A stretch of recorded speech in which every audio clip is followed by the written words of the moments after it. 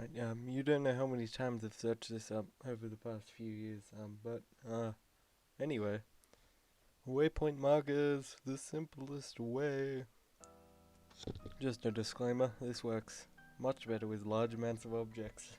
First off, we need a target, and then a vector 3 to hold its location on the screen. In the update function, set our target location to the world to screen point of our target position. And then add the onGUI function. Our HUD will use GUI labels, removing the need for fancy cool textures or anything. GUI.color, spelt wrong, is equal to, let's make it green.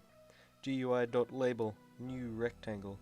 We want our target location, X plus 6, our screen height minus our target location, Y, and then some random numbers. If you don't know what they mean, neither do I. Then, add the label you want. However, it does have the tendency to be right behind you. To fix this, it has a lovely feature where if it's behind the camera, the target location .z will be a negative. So we can just only do that if it's a positive, like this.